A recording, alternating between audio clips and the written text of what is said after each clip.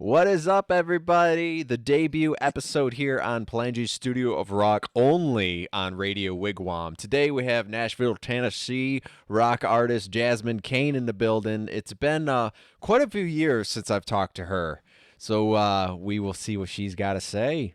Jasmine, how you doing? I'm doing great, Frank. How are you? Not too bad. Getting better here from all the 2 years of COVID madness, let's call I it. it's insanity. I It's know. unbelievable between what everybody has to go through. You know what I mean? Oh, Totally. I mean, we learned so much during COVID shutdown. We were forced to adapt and overcome. So there was just so many things that we learned that we would have never taken the time to do if we weren't yeah. forced into that position. So in some ways it was good. Some ways it was really bad. I know. Is there a lot of gigs and stuff that you noticed that were on and then canceled, or you were gonna do this Everything and got then canceled. yeah, Everything got canceled. All of it was yeah, closed. It was like so it really like you had a lot of time on your hands. It was like, what are we gonna do with all this time on our hands? And so we started broadcasting, learning how to broadcast and doing our Twitch stream.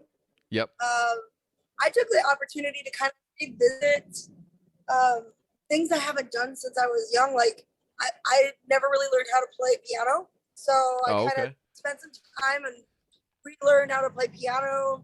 I learned like 3 new instruments and probably about 2,000 songs just because you're doing your Twitch stream, So you yeah, could do requests and stuff like that. It was cool. yeah, I learned a yep. lot. You're kind of freezing a little bit here. Of course, I am. Like on the road, man. I don't know where she is, folks. Let's see. I'm here just in Georgia. That's all.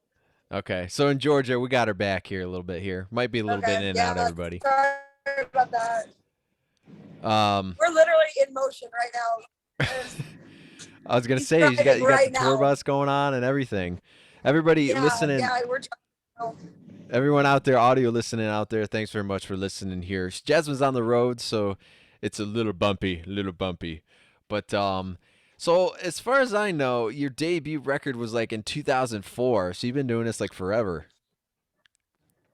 Oh yeah, I started. Yeah, that was the first one. I was on the Easy Rider tour with Easy Rider events, Yep. and we released Inside, and then 4 years later, I guess it was, that's when we released Locks and Keys.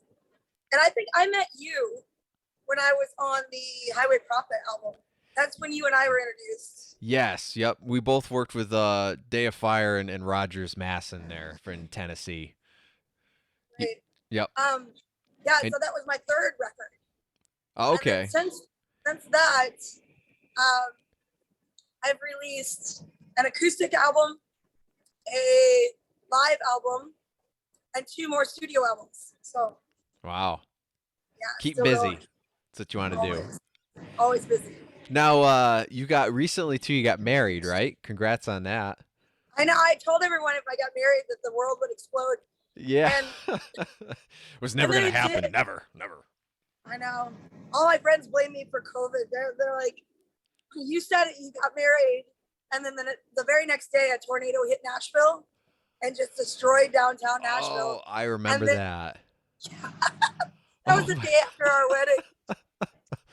Wow.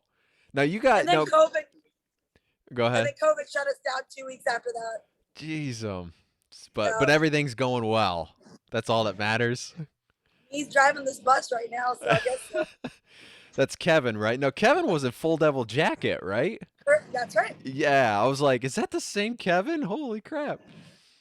And Kevin, he's driving right now. Cool. Say hi to Kevin, everybody. Hello, You Kevin. can say hi to him. He's right there. There, how you doing?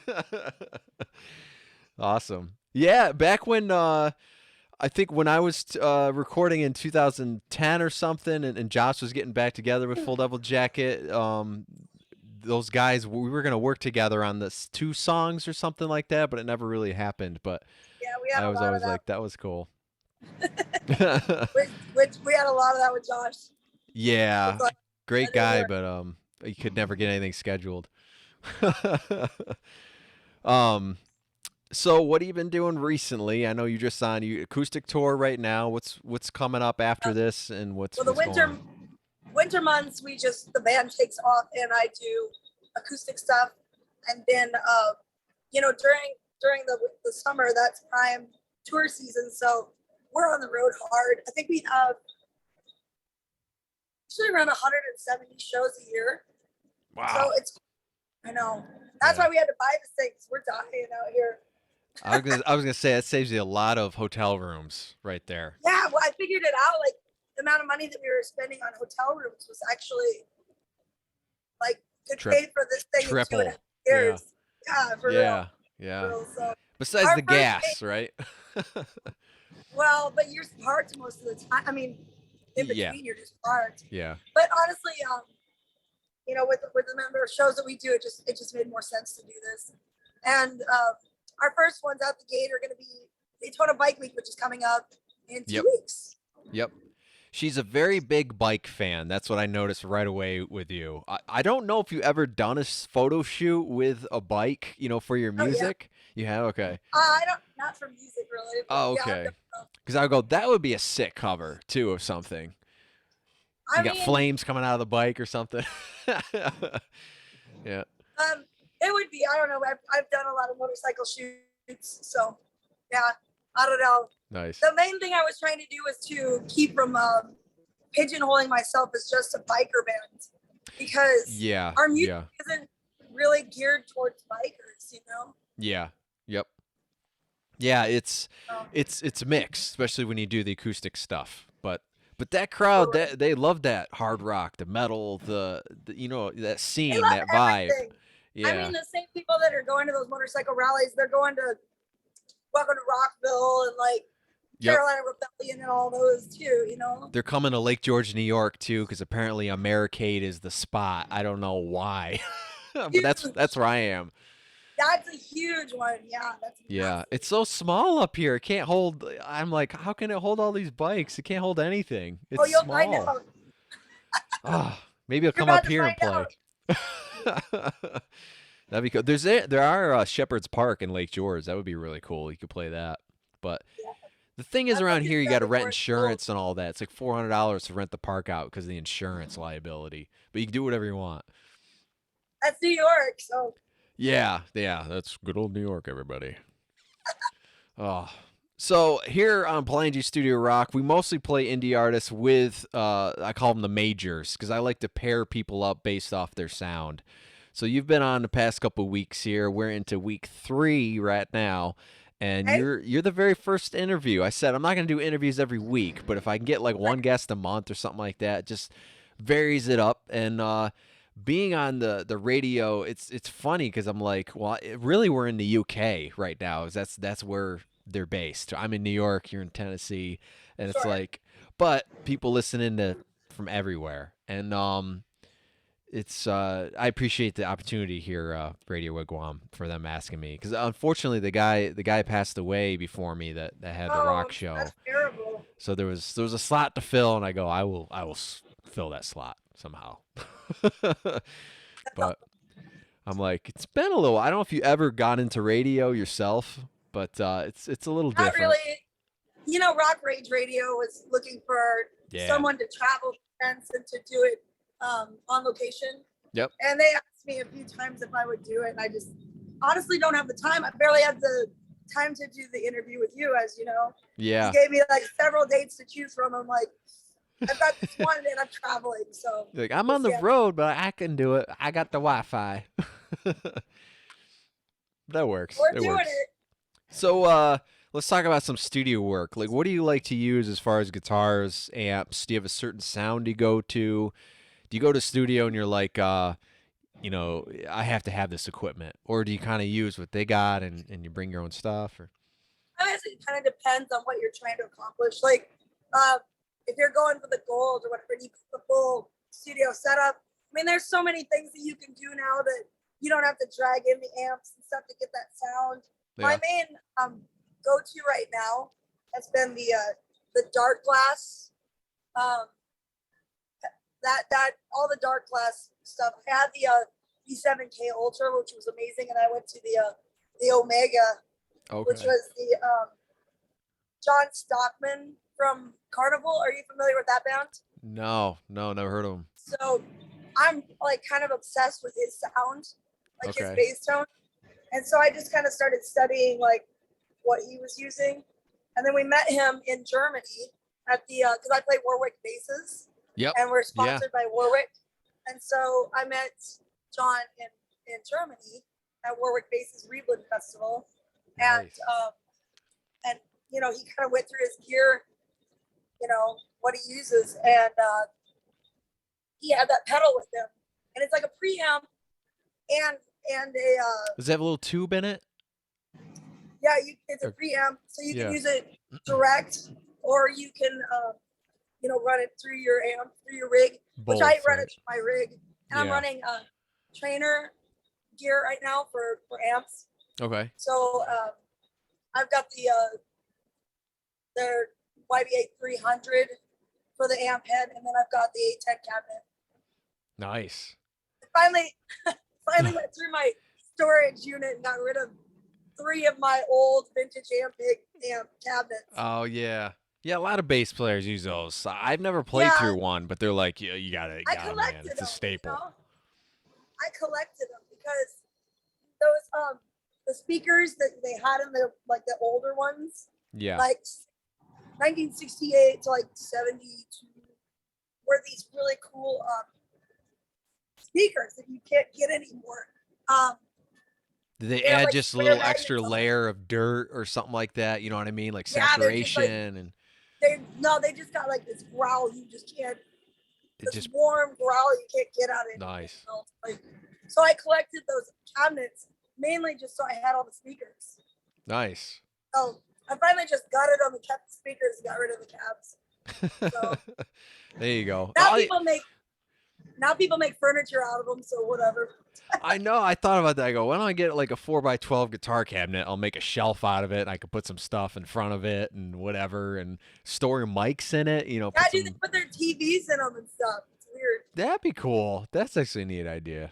They're still heavy though. You know what I mean? So Way it's not too heavy. We yeah. drag that shit all over the country. The last thing I want to do is drag it through my living room. Yeah, I know. Nowadays, I mean, I would suppose you could go direct with a couple pedals or even through a head, you know, and send that to the PA and not have any amps. Yeah, studio totally do that. I mean, like I said, I just pretty much went through this the Omega pedal. The cleansing period. Trust me, man, my back thanks me for the change. I had played a Warwick bass before. I was torn up with what to choose, and I went with Spectre instead of them. I really love the active pickups and stuff. So they're very similar basses, really. Yeah, I love like that. I mean, they have a thicker, to me, low end rock sound that I like. Not I don't like the traditional bass sound. It sounds weird, but something that's just more wonkier, that's thuddier. I like the versatility that I get because Warwick has so many like it's got so many like adjustments that you can make tonally on the guitar itself. That you're basically like you could play anything with just changing your tones. You could switch from one genre to the next just on your guitar itself. Yeah. So. You do that when you're switching songs, you go back and forth? Not much because I'm doing the same genre all the way through. So yeah. I don't need to. Come to a cover song or something like that. Hit the button. I'm experimenting with some of that now, but honestly, there's so much going on in a live show that you forget or the bass isn't my only thought. You know, I mean, I'm singing and fronting. There's production stuff to deal with, and then afterwards you've got merch lines and meet and greets and stuff like that. So like, to me, like I don't have management or a stage crew that does that for me, so I have to do all of that. So unfortunately, I'm not really diving into just being in the moment and playing the bass as much as I'd like to. Yeah. Because there's just so many other things going on. Yeah, it's tough because you're worrying about the beat too. You're worrying about timing, your lyrics. To me, it's always, am I going to say the right word at the right time? You know what I mean? And you're playing a riff and it just doesn't quite work out sometimes or something. I don't think about that at all. That's like second nature for me. I don't know. That doesn't even cross my mind. All right. Yeah, well, I mean, I play guitar live, not bass, but you're always worrying about something though, I think when you're singing and playing. Oh But yeah. so Well, I mean, I'll everyone tell you, like learning piano and playing piano to accompany yourself. Now I'm thinking about it more because it's not the same. You're not using your hands the same. There's yeah. no like motion to keep you Yeah. on time. Yep. So I mean, now I get what you're saying. Yeah. So everyone can go to jasminecain.com, right, to check out all your music and your merch stuff. You can see Yeah, upcoming dates. we're working on the website today. It's actually kind of down right Oh, this okay. second. I've been working on it all morning. Well, they can find you on Spotify and Amazon and iTunes and all those good places too. Of course. And we've got all the social media stuff. We're Facebook and Instagram and uh, all that stuff. It's on Reverb Nation too if you need a quick jump start. But the website should be up and rolling at the end of the day. So Nice. So what's your plans here for the future? besides 170 shows. Besides that, well, you working on any new music? Go back in the studio sometime, I or mean, just the truth is we playing hadn't out? invested a whole lot of money into studio because It's our future was pricey. uncertain, to be honest. Like we didn't know when we were going to be able to get back out there. And that's when we should have been writing, but I was busy trying to survive. So, Yeah. uh, Yeah. that might be in the future. I've got an idea for a project that I really want to do, and not to give out like too much information on it, but it's kind of more about the individual songs right now, and not so much about a project. Yeah. So, Yeah. Yeah. however, I still enjoy the project. I like building like a collective work of art, something that I did that was all one common thread. So Yeah. I want to do at least like EPs, but I want to do them in random genres, not just rock. Okay. So I want to do several different things and release them as a kind of cohesive project, but with several EPs, like of Yeah. different genres.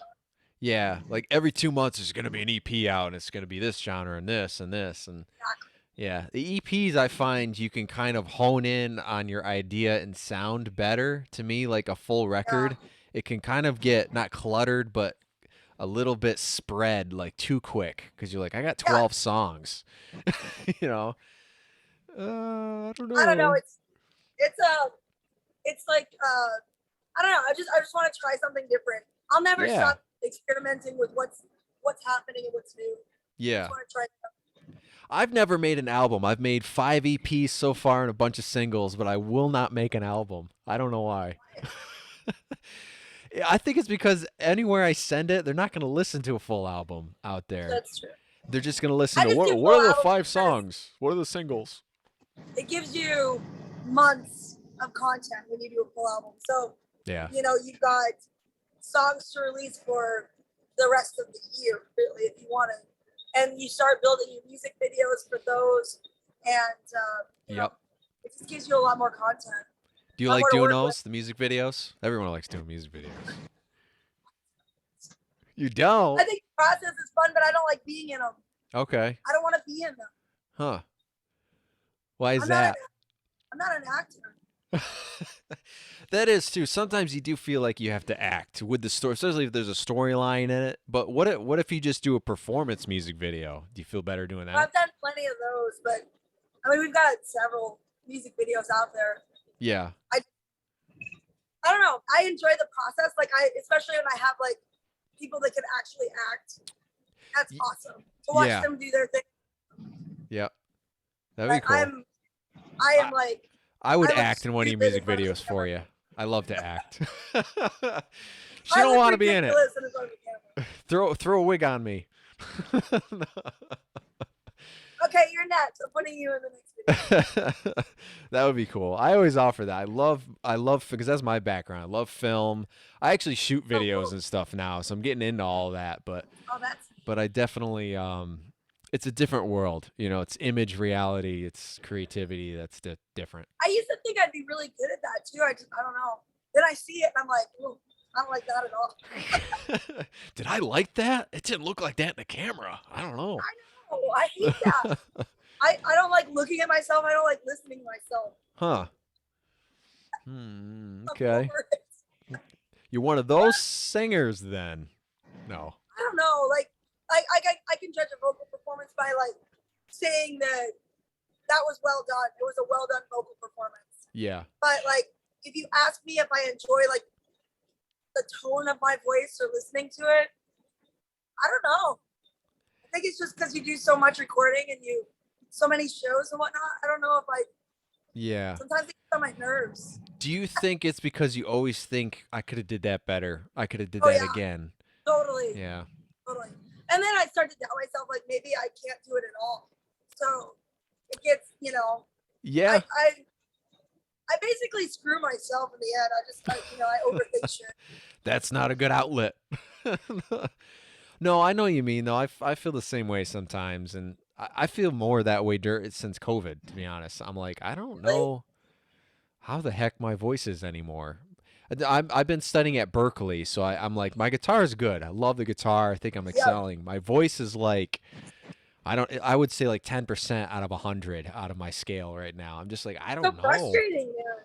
Yeah, Well, it's during just COVID, I started to gain confidence during COVID because I realized that under pressure, I could absorb a massive amount of information and accomplish tons of things in a short period of time. Yep. Whereas it would take other people like so much longer to learn that or sing that or whatever. And one of the things about my voice that I've always enjoyed is the range that I have. Because I have a pretty extensive range. Yeah, there's like not a growl. It's not a growl, but it's like a roar. It's an aggression or something. It's years of whiskey is what it is. Shh. I know what you mean. No, I can hear it in your voice. There's like this. Well, and I'm hoarse today because, God, man, I can I hear played it. in a smoking bar. I played in a smoking bar last night, which I haven't done in years. What state was I didn't that? even know they still existed in Florida. Really? And, damn. Yeah, I didn't know that it still existed. I had to Febreze my hair this morning. It's terrible. It's disgusting, isn't it? Oh. Yeah, I'm allergic to cigarette smoke, so I'm, I had a hard gig last night.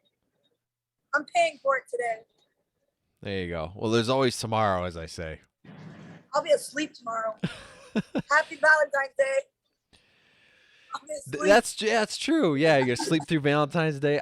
We'll just celebrate tomorrow. Don't worry, Kevin. No, we don't really do that. Like, yeah, our Valentine's Day tradition was always to give each other like dead things.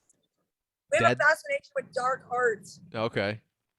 So it was usually something dead and something that we created. Well, I got one more question here before I let you go. What I want to ask you is, from your 2004 record to now, and maybe the stuff that you write in the future, how have you evolved as not as a singer, but more as a songwriter, and maybe your approaches and that sort of thing? Is it the same? I'm a way better songwriter than I used to be, and honestly, I think that the content is better. Mm-hmm. I have allowed this is the main thing you have to do. You have to allow yourself to suck. I was so freaked out that I was going to say something like it didn't make sense, or it was like an incomplete thought or whatever. And I was so concerned about that I was like screwing the song up. I was overthinking it like I do on everything, but now I'm just like, if it seems like this should be the phrase that goes there, throw it in there. If I don't think about it. Yeah. And sometimes it kind of makes the song. And the truth is, like, sometimes it turns out better than I expected. Yeah. Even though I thought it was clicky or cliche or something at the time, it ends up having an additional meaning that I didn't even think about. Yeah. Do you run into your own wording where it's like, well, realistically, compared to other people's songs, they don't really word things that way, so I shouldn't either. You know what I mean? Right. And they always in Nashville they have their list of rules you must follow in songwriting. I don't know. I get tired of You don't have good like diction on that song. You know what I mean? Nobody would say that. Like, my God, so many rules. yeah. I'm like, well, But I just stopped following them. yeah, And it works great. yeah. You ever write something where it's like a statement line, then you ask a question afterwards in the song, and you're like, you're not supposed to do that. Oh, I one better. I have a chorus, then instead of it climax like coming up to a peak, Yeah. because your chorus is always supposed to come up to a point. My chorus, it's quiet and below all the verses. What song is that? It's called Close My Eyes. Okay. And that's on, I can't remember what album I released that on. I'll look it up. Look it up on Close Spotify. My Eyes. Check it out. I've never heard a chorus that goes quiet. Yeah. Well, they didn't like that. I will listen to it. I wanna hear it because it's different. It sounds different. But I did. I liked it, so I kept it. There you go. It's the artist what matters. You know what I mean? You can't let. Same thing if you're signed. It's like they're like, oh, you can't do a chorus that way. It might be the thing that I don't know. Nobody knows. Well, so I was working with a songwriter from Nashville, and they were like, you can't do that. And I said, take the song then and write me a better chorus. I want to hear the chorus that you write. Yeah. Yep. And they came back like after a couple weeks and they were like, I can't. There you go. There you go. It's Jasmine Cain's writing and style, everybody. Well, thanks for being on the first episode. I appreciate it. And You're she's awesome. on the road. She's a trooper. Thank you for tolerating my road trip. Before the camera's going. Oh, look, there we are. We're rolling down the road. There you go. There's Kevin again. In Rocking Georgia. and rolling. Nice. Well, I appreciate it. I will talk to you soon. And everybody out there, the first ever interview here on Palangi Studios Rock, only on Radio Wigwam. So I will see you guys soon. Make sure you follow us up, leave any questions or comments on Radio Wigwam or my Palangi Studios page. You'll end up seeing this video part on YouTube and a bunch of other places. So any questions for Jasmine, I'd say go over to her social media and ask her. Don't be afraid. Ask Jasmine Cain. I love that. I love questions. There you go. All right, everybody. Thank you very much. I will see you later.